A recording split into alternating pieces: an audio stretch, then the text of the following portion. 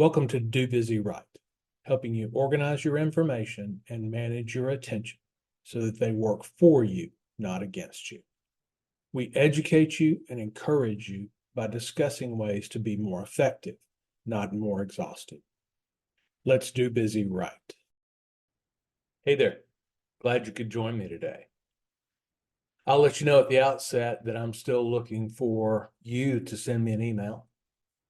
I'll give you my address and I'll put it in the show notes, and you can reach out and we can start a discussion. I want to build some relationship with my listeners, hear more about what concerns you have and what you find valuable in this podcast or not valuable.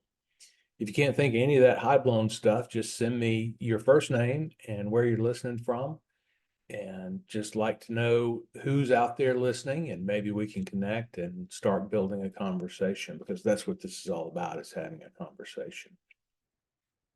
As I've told my students in my teaching, I know what I'm going to say. So if there's not some interaction, I'll put myself to sleep. So just put that out there for you all. If you'd like to send me an email, please do.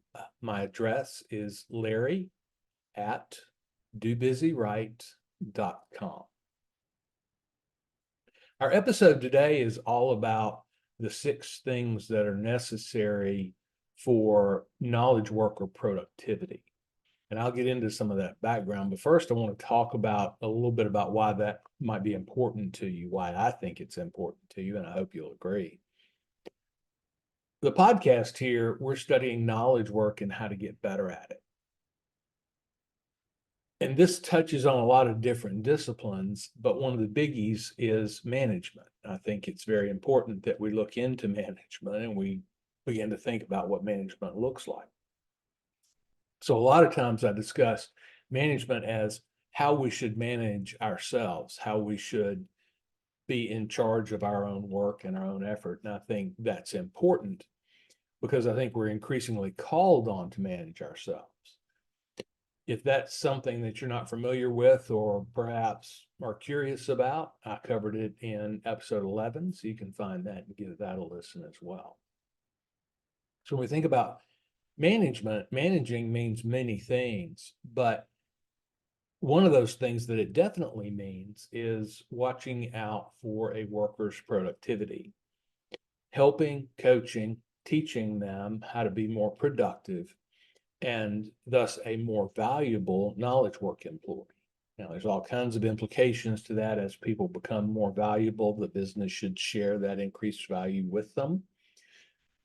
That's my idea of management, is more of a shepherding. Management is more of a coaching exercise than it is a sitting there with your arms crossed, barking out orders to people. But this creation of value. So part of a manager's job is to tell an employer, help an employee understand how to create value given the organization.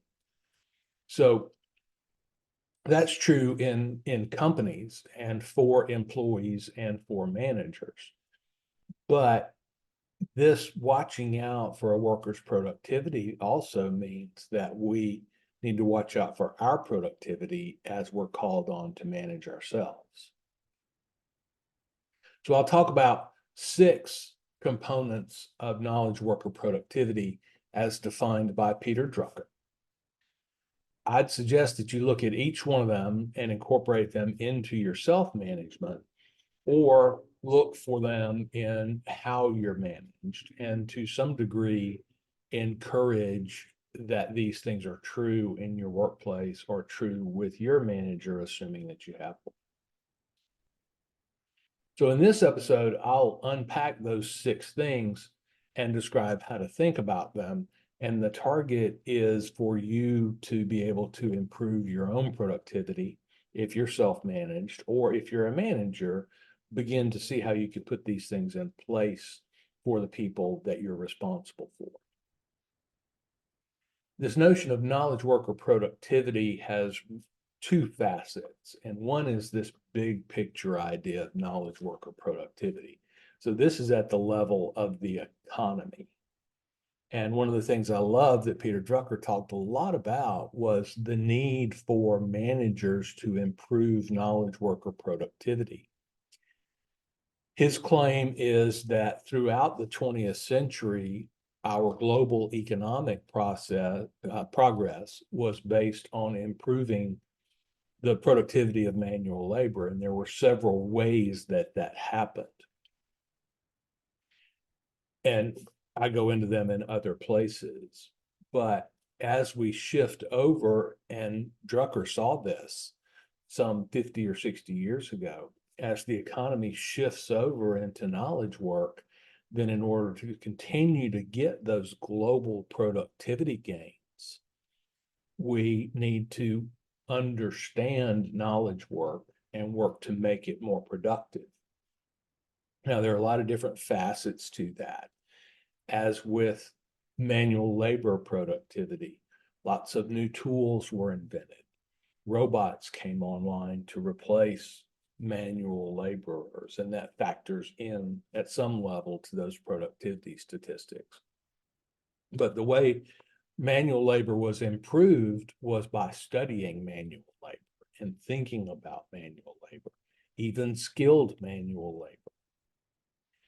So increasing knowledge worker productivity is really an economic necessity in the world. We all enjoy a fabulous standard of living, at least if you're listening from the US, and probably if you're listening to this podcast, you probably enjoy a wonderful standard of living. And that's because, at least in part, because of this work to improve labor productivity. So I'm very interested in improving knowledge worker productivity. As you probably know by now, I refer to Peter Drucker a lot and have introduced him more than once, but he was very thoughtful about management concerns at the economic level, and he wrote several books, dozens perhaps, of books and articles and things about, okay, how do we go about doing this? How do we go about increasing productivity at the economic level and at the individual managerial level? And now I want to bring in the fact that I mentioned before, that we are increasingly responsible for our own productivity. Part of that is the nature of knowledge work, and we're all more or less engaged in knowledge work now. So we have responsibility ourselves to improve our own productivity. And if you want practical reasons to improve your own productivity, then it's so that you can increase your value in the economy. And increasing your value in the economy is one of the primary ways to make more money. It's also, as Cal Newport observes, it's this career capital that allows us to move through an increasingly successful career. So we get to, even in employment situations, as we move up in organizations, we get to points where we have less and less and less direct management. And by that, I mean managers telling us what to do and how to do it. So figuring that out for ourselves is this great chunk of career capital, along with technical knowledge, along with soft skills. So that's really the point of the attention compass.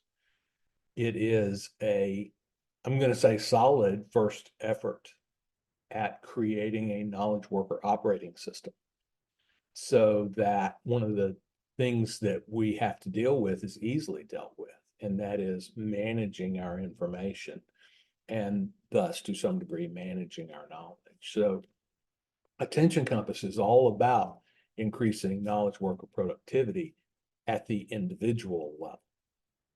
And that's you and me and us getting better at what we do so that we can create more value in the economy. As I've said before, and I'll repeat myself, the simplest way to improve your own productivity is to eliminate waste. Now, your productivity as a knowledge worker is based on your brain, it's based on your attention, it's based on your focus, and we address all of those three components. But in particular, we feel it when we're wasting our attention. And that's the equivalent of turning off a machine in a factory. So we want to manage our attention quite well because it's our productive resource as knowledge workers. When we talk about eliminating waste of anything, including our attention, we need to think carefully about the product of the process that we're trying to manage. And we need to try to define quality as an input to defining productivity. So, and you run into this as a knowledge worker. You produce things, and some of them are amazingly useful and valuable, and others of them are you produce a solved Sudoku puzzle. And so realizing what constitutes a quality output and what constitutes a valuable output is a big piece of this as we begin to think about productivity. Now, Drucker, with the 6 things that we're going to talk about, he views it from the other end of the telescope. So he talks about the conditions, the general environmental setup that, if nothing else, doesn't interfere with our productivity as knowledge workers. So if nothing else, we need to think about what that productivity is and think about what that quality is so that we can measure our output. And thus, any experiments that we do with our own productivity practices, we can say, yes, it did improve output, or no, it didn't improve output. We'll get into Drucker's 6 things, and I'll talk about them one at a time as an effort to put them firmly into your head. We'll talk about some of the reasons why these 6 things are important, and we'll give examples from the real world on each of them. So the 6 things, and I'll run through them very briefly, and then we'll take them one by one, and I'll recap. So the 6 things, number 1, we need to define what the task actually is. And we'll talk about why that's important. You may believe that you know what your task is. You may think, well, I'm an accountant, so my task is accounting. Well, that's true, but very general. And so the more precise we can get about what the task is, presumably the better we can define our output and what constitutes good results. So that's the first one. Number 2, responsibility for productivity lies with the knowledge worker. I defended this a little bit in the intro, but we'll get deeper into it. And it's the nature of knowledge work that this responsibility for productivity lies with the individual knowledge worker. Number 3, innovation is part of a knowledge worker's job. We'll unpack this in some detail. This may be one of the more complicated points that Drucker makes, but we'll unpack that at a pretty deep level. Number 4 is continuous learning and teaching by the knowledge worker. Number 5 is the notion of productivity as it relates to quality. And I talked about this a little bit, but the least productive thing you can do is to do well something that doesn't need to be done at all. That's where waste really comes in. And so we're trying to think about this notion of quality.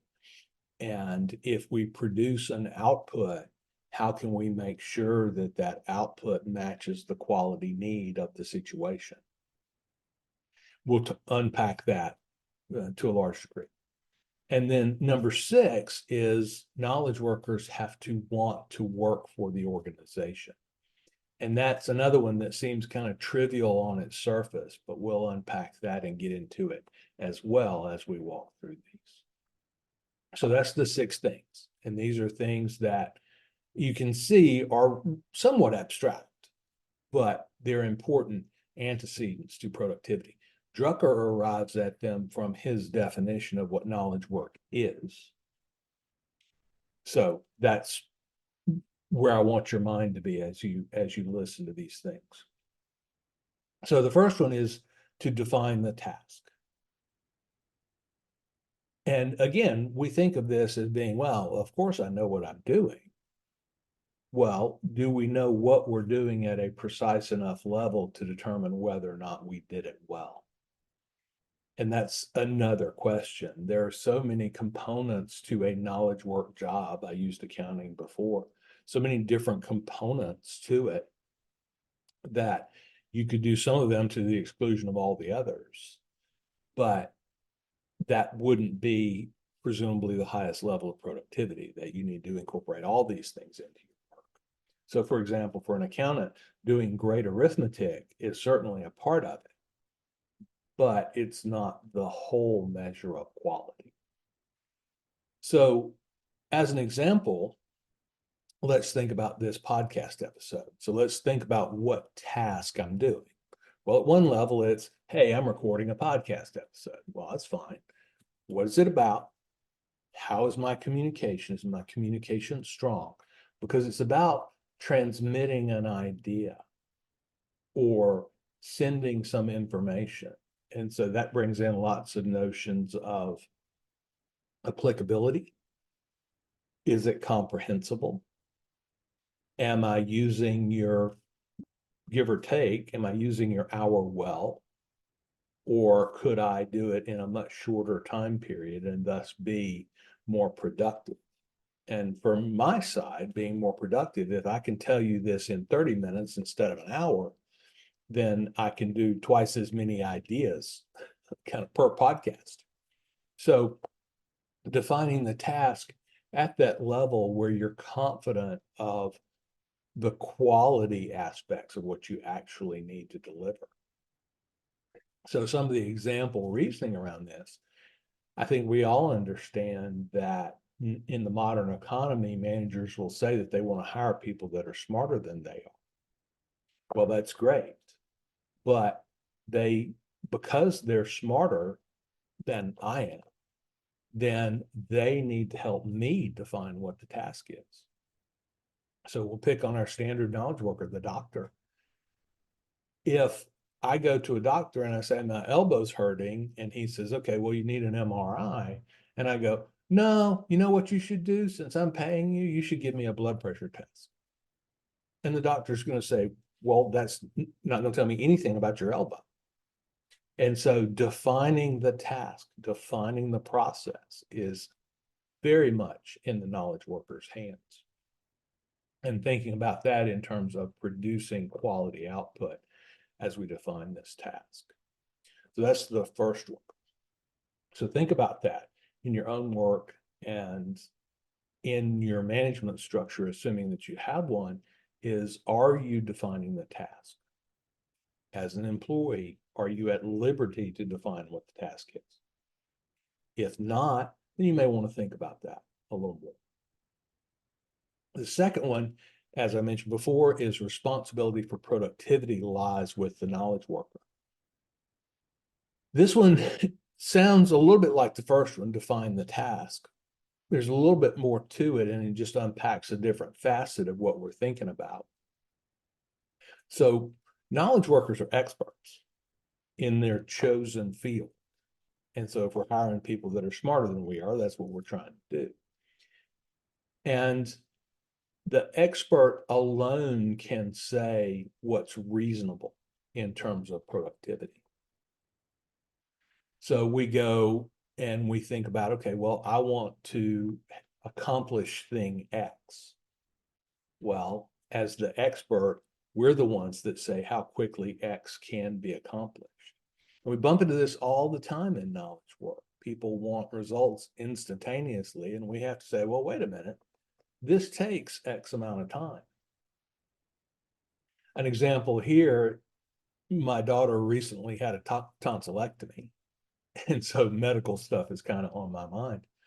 But again, if you go to a doctor and you say, hey, you know, my elbow hurts, you know, what's a reasonable expectation for how long it's going to hurt? Ideally, it would stop hurting when you snap your fingers, but give me a sense of how long this is going to take.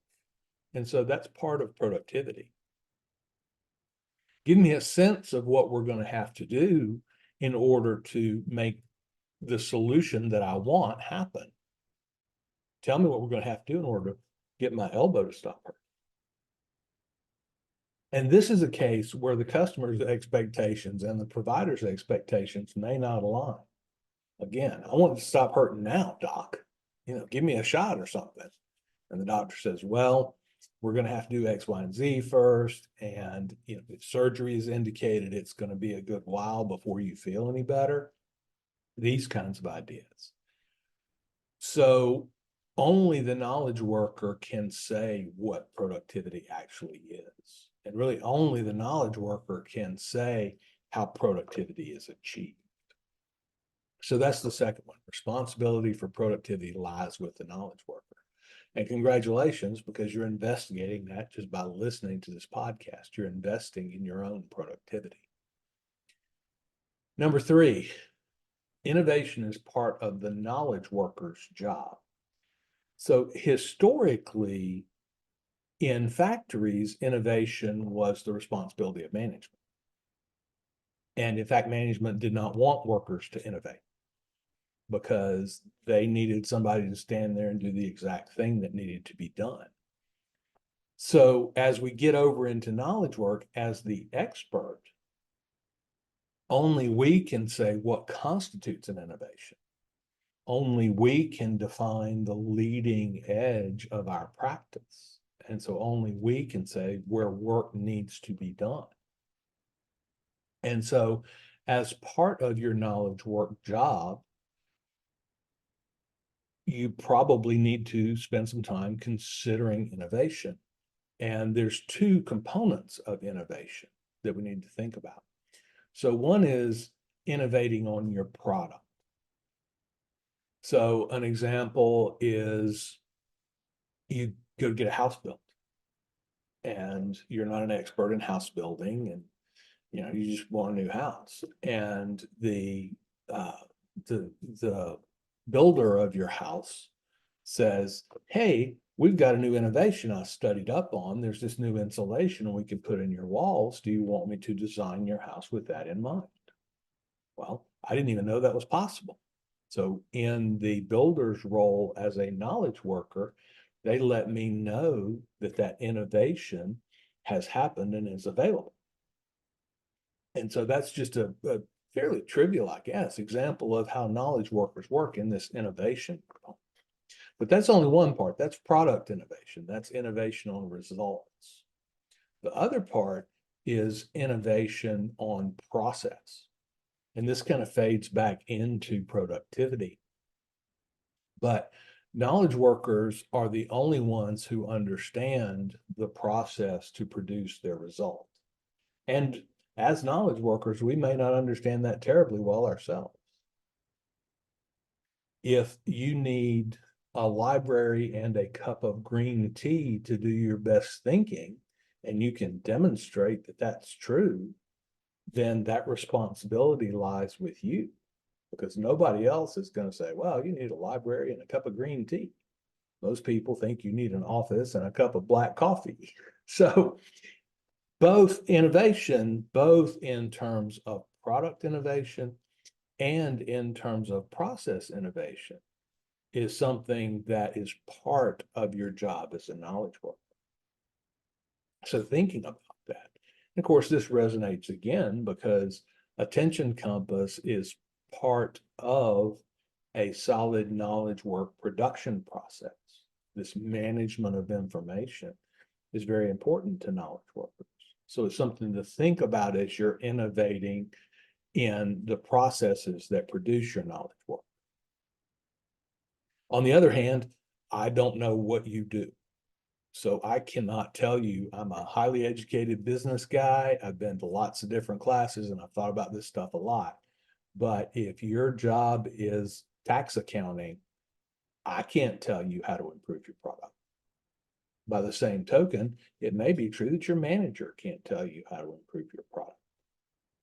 So I don't mean to ignore the customer here, but I do mean to have enough knowledge of your field and enough knowledge of the progress of your field that you can suggest additional innovations in product in such a way that they're more valuable to your customer or end user. So innovation has to be part of the knowledge worker's job. It's very difficult to delegate that information, that responsibility. In programming as knowledge work, and if you heard this podcast before, you know that I use programming as a type of knowledge work because it's something that's been intensively studied and something that's fairly recent in terms of becoming a task that we do. So more modern methods were applied to it. But if we think about how programming works, most programming organizations have moved away from traditional project management and moved towards Scrum. Now, they're blended things, and I'm not going to pick a side in this debate, but Scrum is being adopted in programming efforts. And programming as knowledge work is one of the things that brought Scrum into that practice. So one of the things that's true in Scrum practice, and one of the reasons that it works well over a long period of time, is there is a small but very intensive focus on process improvement. If you understand Scrum, you know that in Scrum, work is planned for a sprint. That work is executed during the sprint, and then the sprint ends, usually 2 weeks long, a sprint versus 6 months long.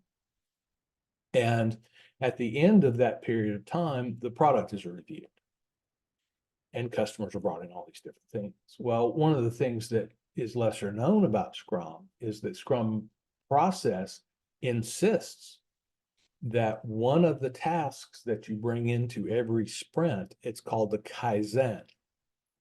And a Kaizen is an effort to improve the team's own production process. So a huge percentage of the work that comes into a sprint and the work that's done within this time period is oriented towards making the product better for the customer. But a component is always, how does the team get better in its processes, in its thinking? Does the team need to adopt a new tool? These kinds of ideas. Now, a lot of people have tried to sit outside of programming teams and tell them how to be more productive. And some of those suggestions have been very good and have actually proven to be more productive.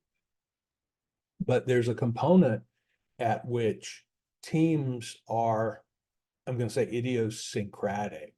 A team is a unique group made up of unique individuals.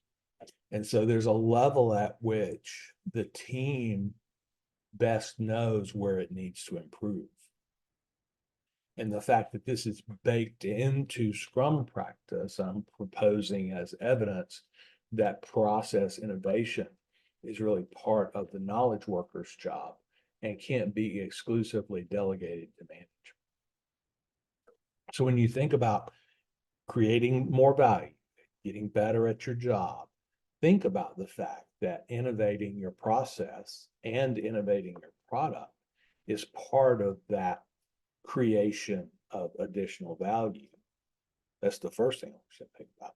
And the second thing I want you to think about is that increasingly it's difficult for other people, regardless of their title, to tell knowledge workers how to innovate their process. So that's the third one.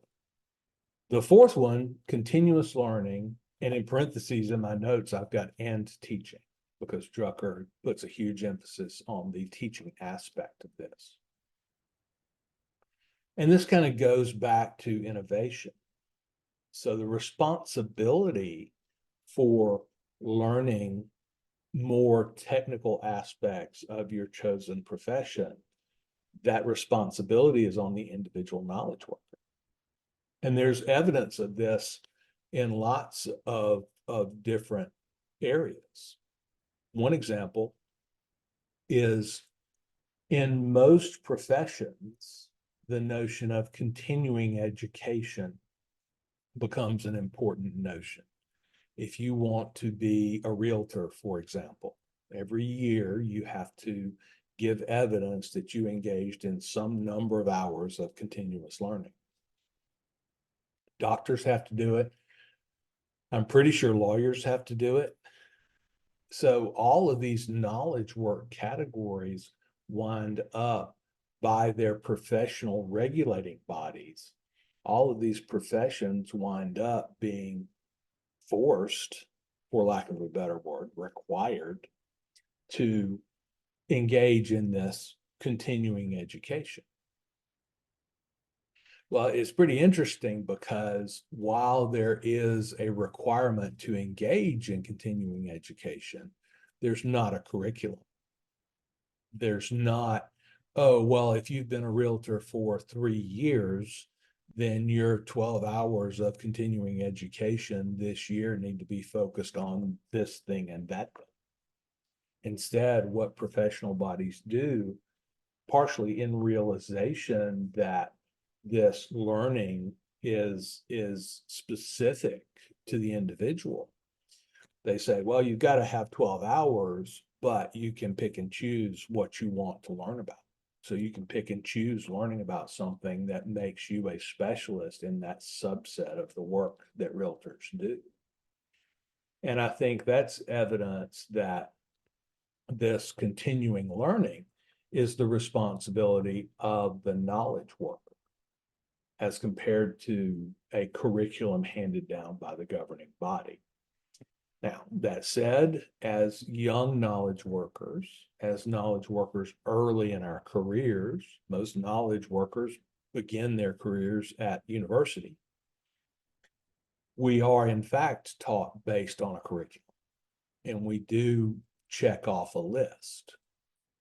But even in those spaces, as tightly constrained as they are, we usually have space for electives and space for sub-specializations, even in our university training. So this notion of continuous learning and the responsibility for it lies with the knowledge worker. When we think about teaching, and Drucker's big on this point, we think about teaching, that's important for 2 reasons, at least in Drucker's mind, for 2 reasons. One is he observes, and I think that this is true, that the best way to really solidify our own knowledge is to gather that knowledge and then teach it to someone else. And there are lots of, I'll say, psychological reasons for this, but I think in this case, the legend and lore is true, that if you want to get really good at something, you teach it to somebody else. And for the technical aspects of our job, we would learn that, and then we would teach it back to perhaps our colleagues. We would teach it back to perhaps our professional society. And that helps us solidify that knowledge. It helps us view that knowledge from different perspectives as we ask questions. It helps us understand our own level of proficiency in the field as we teach back to others. So that's one aspect of the teaching in continuous learning and teaching. Another aspect, and this may be even more important and goes back to a previous point, we also need to be teaching our customers continuously. And this goes back to, as innovations happen in our field, we're the expert on those innovations, and we need to teach our customers about that so that they can take advantage of the increased value of these new outputs that we can create. Examples are plentiful. If you engage with an exterminator to keep your house safe from critters, they're constantly innovating new product. But you, as a non-expert in this field, don't understand that innovation. You don't keep track of it, probably. And so it's your knowledge worker, your exterminator, it's their job to keep you informed and to say, well, interestingly enough, we've got a new treatment that we do that has, I don't know, pick something, less environmental impact, and we can give it to you for the same price. Is that something you want, Mr. and Mrs. Customer? And the customer says, yes, no, maybe, Maybe there's some level of convincing and arm twisting going back and forth. Maybe there's a small difference in price, these kinds of ideas. But this is an act of the knowledge worker, the exterminator, as a knowledge worker, explaining and teaching the customer how the customer can derive best value from the knowledge worker as service provider. Perhaps another example, a little bit more what maybe learned. I love my pest control guy because he keeps my house safe from termites. But another example is that as the COO of two different company launches, I was responsible for the finances of the company. We weren't big enough to have a separate function for finance. So I was responsible for that. And I was responsible for how the company utilized its cash as an investment.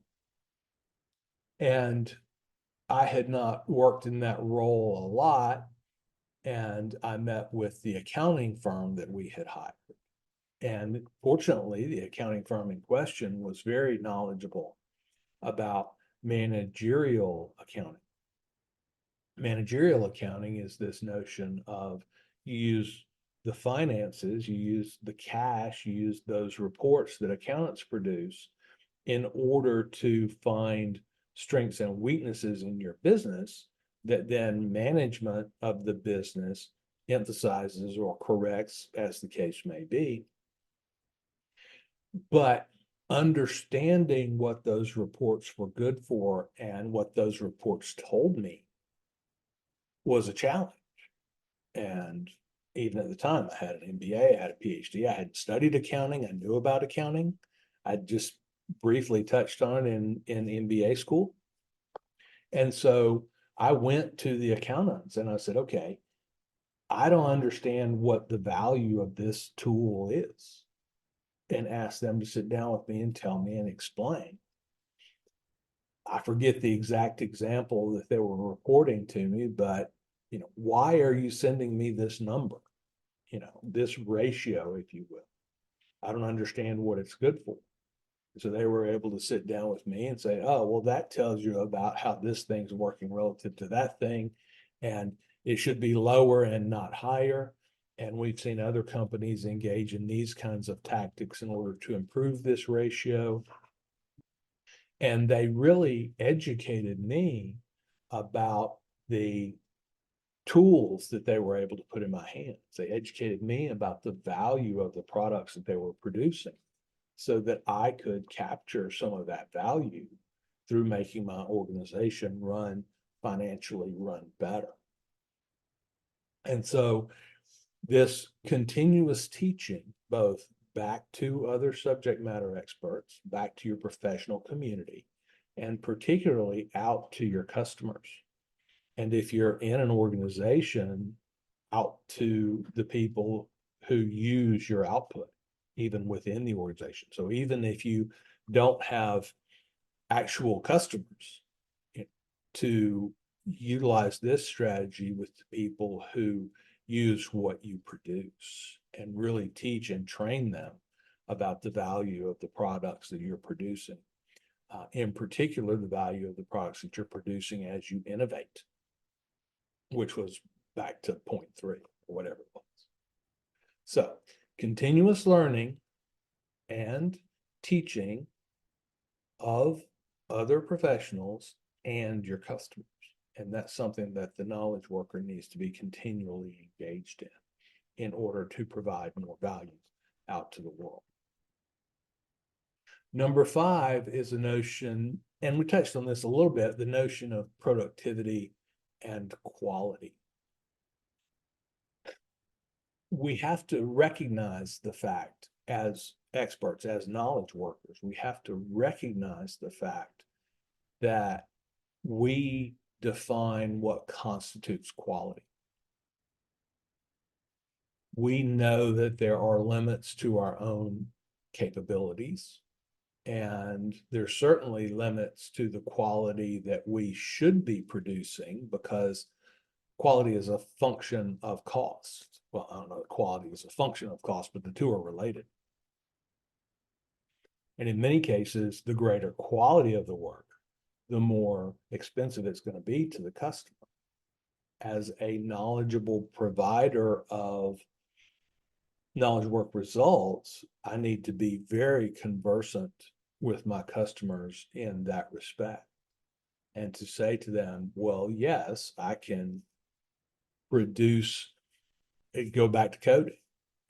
I can gold plate this code until the cows come home. But is that something you actually need? I can do all kinds of intriguing things with screen colors and usability things, but is that actually something that you need? And is it, perhaps more importantly, something you're willing to pay for? Because it will increase the amount of effort and thus cost that I have to put into producing this output for you. So balancing that notion of productivity and quality. And then for our own purposes, quite aside from the customer, for our own purposes, we have to think very closely about what our quality standard is. Because many knowledge workers get caught in the perfectionism trap. And I've talked about this elsewhere.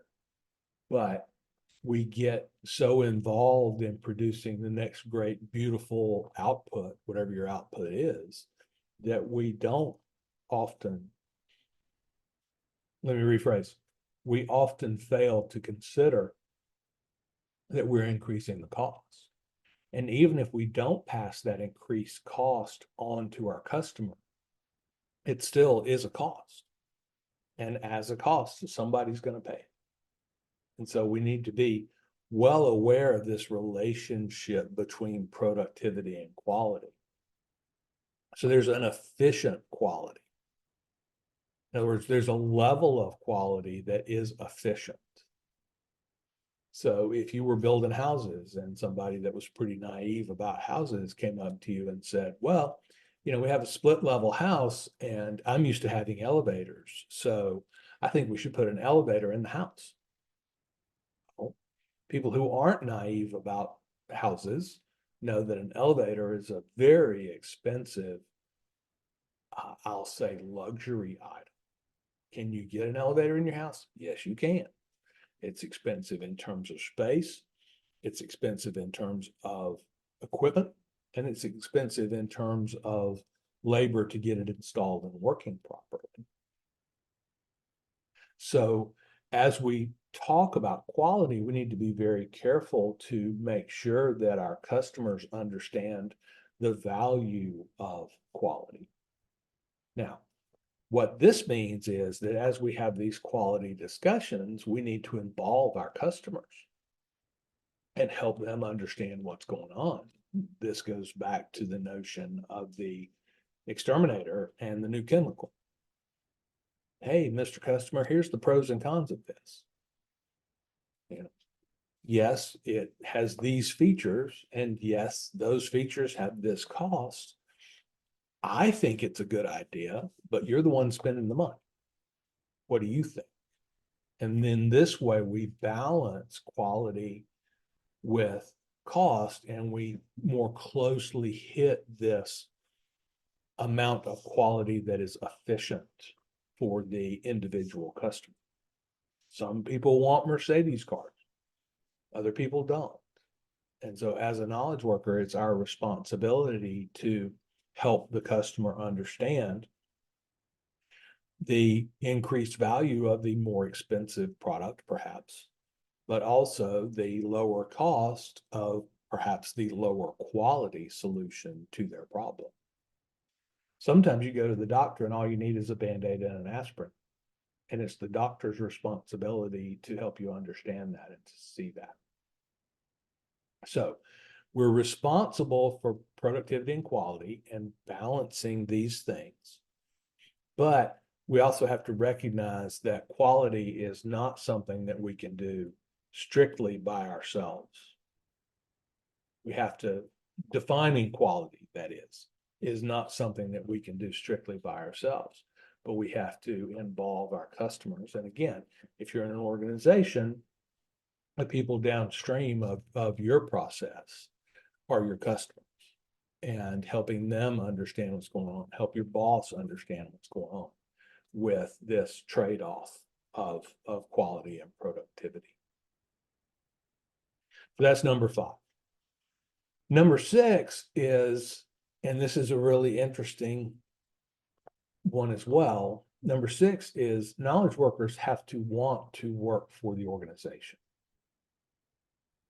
As I said, this is very intriguing because on the surface, well, of course, you're not going to take a job you don't want to take for some level of don't want to. This is not our economy is not a coercive economy. You're not a slave. Nobody's going to force you into something that you don't choose to engage in. And in knowledge work, it's actually a little bit deeper than that. So there's 2 facets of this notion of wanting to work for the organization. One is a knowledge worker needs to understand that their knowledge work is valuable to the organization that they work for. In other words, that they have engaged in an environment where their specialty is valuable and valued, both psychological and financial. And that's a component of this, but there's another component that's really deeper down. And this one really speaks to the other 5 to some degree as well. Knowledge work cannot be coerced for many reasons, some of which we've talked about today. Knowledge work is really easy to fake. And that goes kind of back to the quality question. And if you don't think knowledge work is pretty easy to fake, think about some of the college assignments you turned in. And, 3-page report on a Harvard Business Review article. Okay, well, how many of the words to create 3 pages were actually valuable words? And at some level, we have to want to do that, because if we're coerced, at a minimum, we'll game the system and we'll start trying to cheat the system. An example here is, and by cheat, I don't mean dealing dirty, really, as much as I mean we will satisfy the requirements of the job in our own best economic interest. And an example here is pretty easy to come by. It's a little bit technical, but back to my programming background. At one point, we thought that programming productivity had something to do with the number of lines of code generated. Which, if you don't understand that, it's like your professor saying, well, I need 5,000 words on this. Well, I'll give you 5,000 words. That's not a problem. But 5,000 quality words is another question entirely. And so in this environment, lines of code. And so we thought that would be a good measure of productivity. And some people even suggested, a piecework rate for programmers where we pay them per line of code. Well, as it turns out, all lines of code are not equal. Just like all sentences in your business school Wall Street Journal report were not equal. And it's generally pretty easy to create good sounding but meaningless sentences. Now, in programming, this was a stark difference, because in every computer programming language, there's this notion of comments, and comments are embedded in the code base itself. And the purpose of comments is to tell ourselves and other people who may look at our code, is to explain what we're doing with our code. And comments can be very helpful, particularly in the situation of production code where somebody else wrote the program and you're called to come in and do something to it and enhance it or fix it or whatever. So then those comments can be very useful. But then there came this debate when we're paying people for lines of code or considering paying people for lines of code. The debate came in, okay, well, if we pay $1 per line of code, what value do we put on a comment? And some people were saying, well, comments are useless. They have zero value. And other people were saying, no, comments are great. They should have the same value as a line of code. Well, it's certainly possible to program in 2 lines of code what somebody else might program in 1 line of code. But it's also possible to put in 2 lines of comments when 1 line of commenting would have sufficed. And so one of the results of paying people per line of code is that you got lots of lines of code, whether the problem required lots of lines of code or not.